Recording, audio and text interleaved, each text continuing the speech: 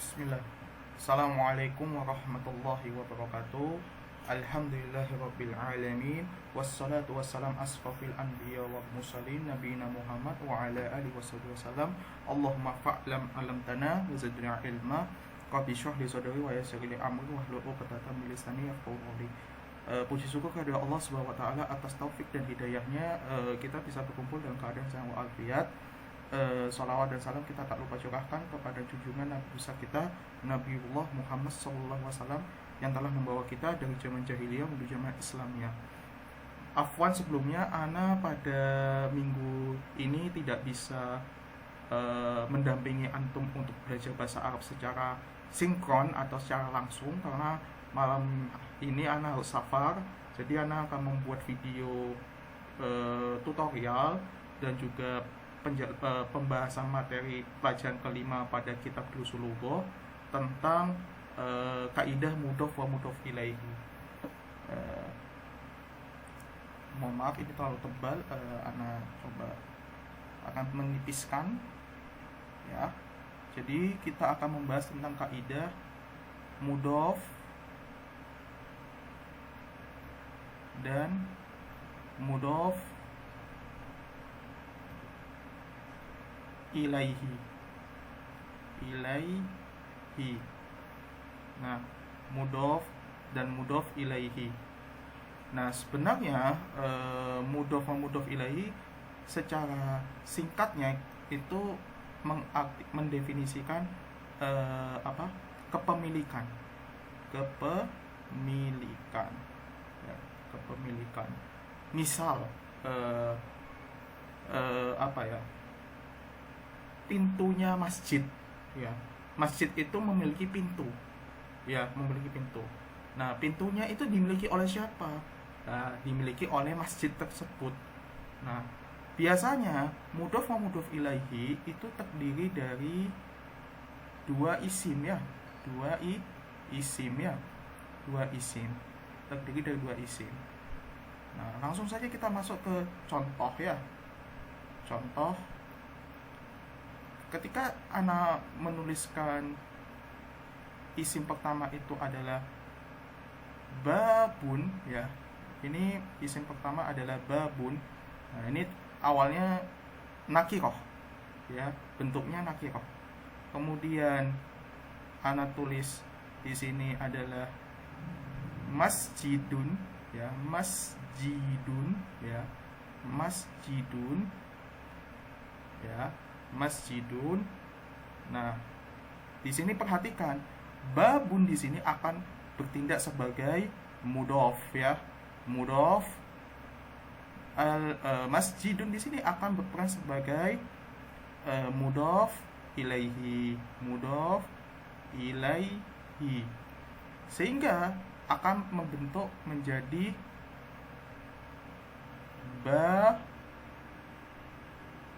bu masjidin.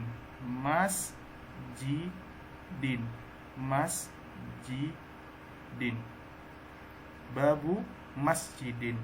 Perhatikan tanda akhir katanya.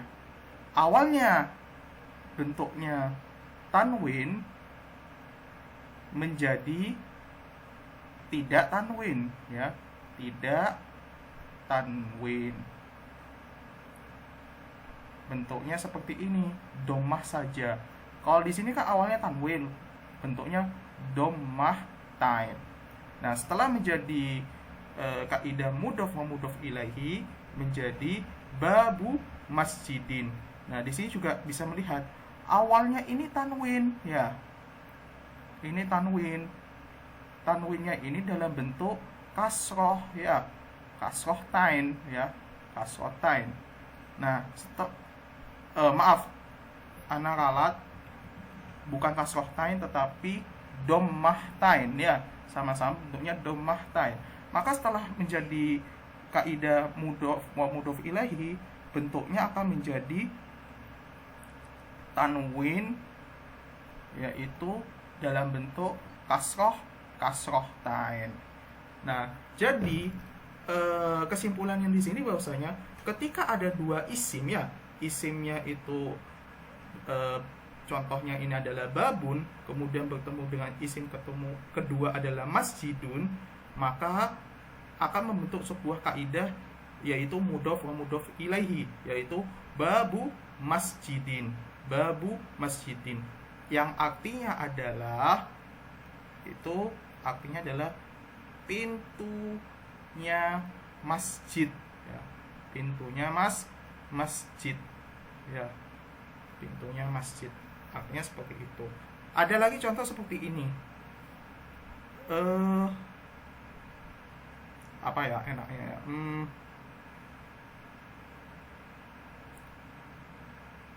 Qolamun, ya. Qolamun. Nah, qolamun kemudian ditambah di sini kedudukannya kan ini kan isim keduanya kan nakiroh. Ini nakiroh. Sekarang kita buat kedudukan di sini nakiroh. Kemudian ini yang kedua di sini adalah makrifah, ya. Makrifah. Berarti ada alif lamnya, ya. Berarti di sini ana tulis at-tolibu, at-tolibu. Nah, maaf, at-tolibu. Nah, di sini memiliki peran juga sebagai mudhof ilaihi, dan qolamun di sini akan berperan sebagai mudhof, ya. Mudhof, ya. Maka akan membentuk menjadi qolamu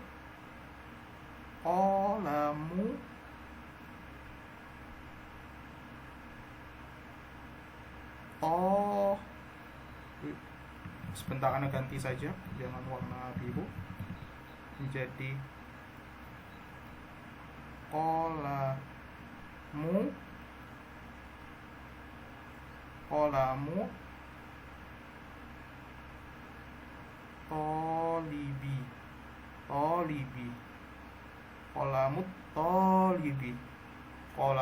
tolibi. Di sini tandanya tanwin. Di sini tandanya tidak tanwin.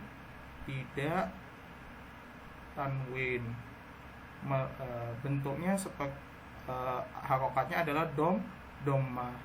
Di sini dommah tain. Maka jadinya di sini qolamut tolibi. Pada isim yang bertindak sebagai mudhof, maka tanda harokatnya di sini adalah tidak tanwin. Tidak tanwin di sini harokatnya adalah dommah. Sedangkan pada keadaan isim yang kedua yang bertindak sebagai mudhofun ilaihi, maka bentuk keadaannya adalah tidak ditanwin atau tidak tanwin, tetapi tanda harokatnya berubah menjadi kasroh. Jadi yang membedakan di sini adalah yang kondisi pertama tidak diawali dengan alif lam, ya, berarti ini keadaannya adalah sebagai nakiroh, ya, nakiroh. Sedangkan pada contoh yang kedua, kondisinya kan diawali dengan alif lam, maka kondisi ini kita menyebutkan isimnya dalam keadaan ma'rifah. Jadi insya Allah bisa dipahami, ya. Nah, di sini artinya di sini adalah pulpennya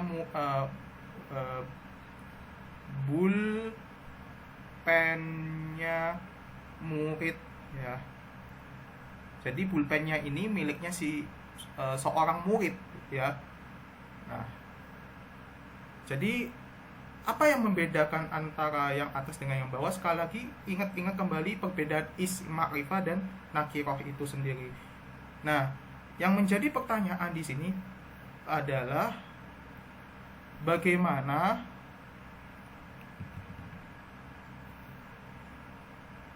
sebentar. Oke. Pertanyaannya di sini adalah bagaimana kedudukan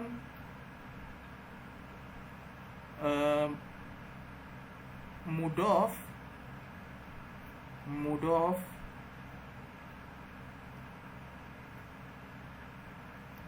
ilaihi dalam mubtada dan khobar. Nah, ini yang menjadi pertanyaannya. Perhatikan baik-baik. Mudhof ya, mudhof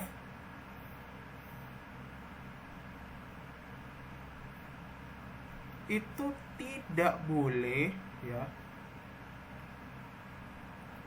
tidak boleh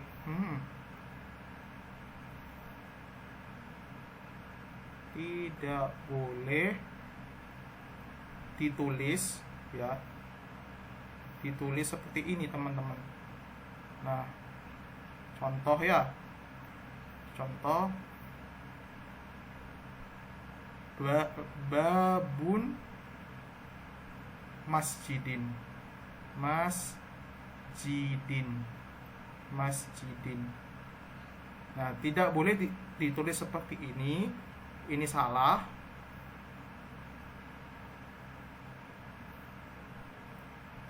Dan juga tidak boleh ditulis seperti ini, al-babu masjidin.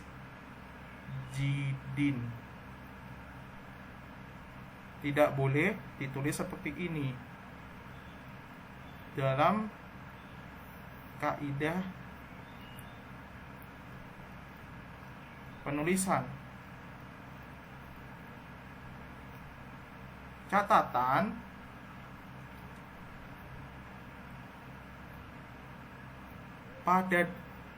pada dasarnya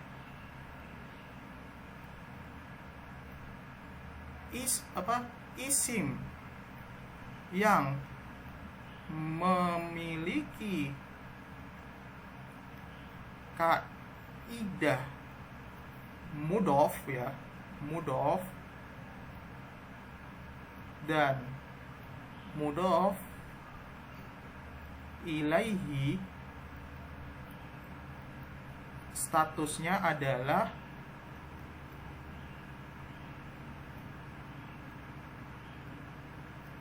isim ma'rifah. Isim ma'rifah. Walaupun tidak diawali dengan alif lam ya, tidak diawali dengan huruf alif lam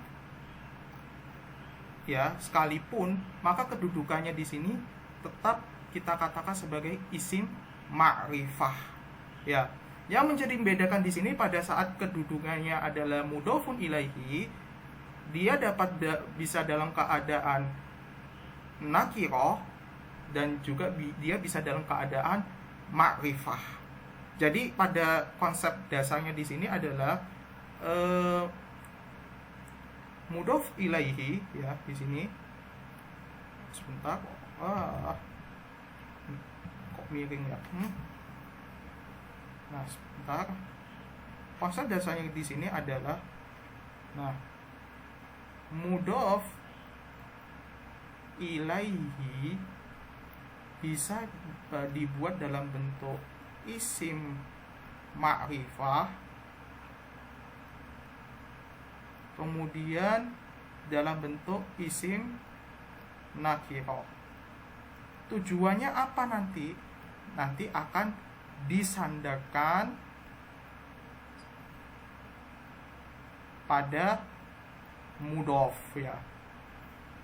Jadi teman-teman kalau mendengar istilah isim yang diidofahkan, berarti mudhofun ilaihinya disandarkan pada mudhofnya itu.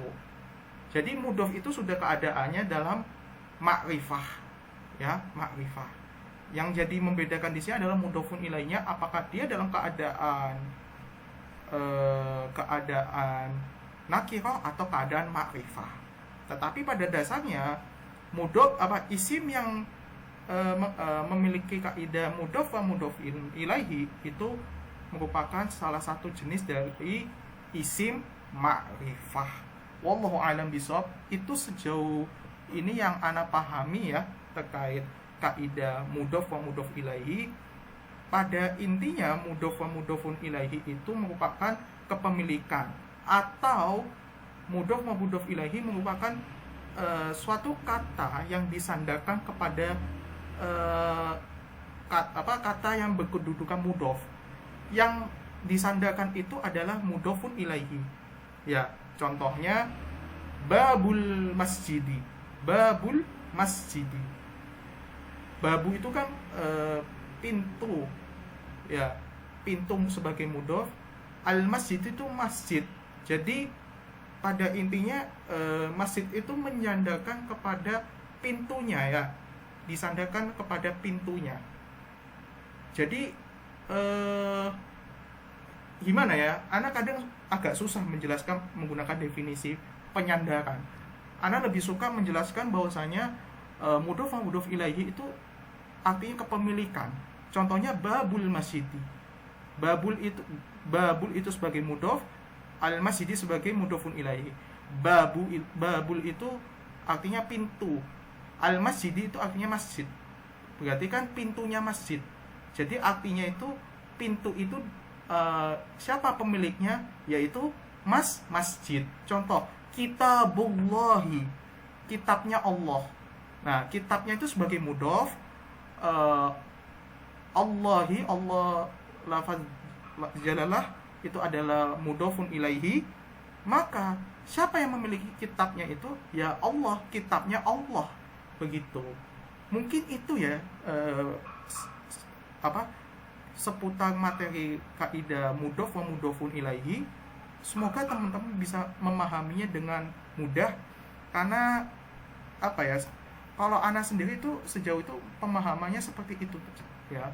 Seperti itu teman-teman. Jadi kalau semisal teman-teman ada yang rasa kurang pas atau ada kekeliruan dari penjelasan ana, nanti mohon bisa disampaikan waktu pertemuan secara langsung melalui Zoom. Oke?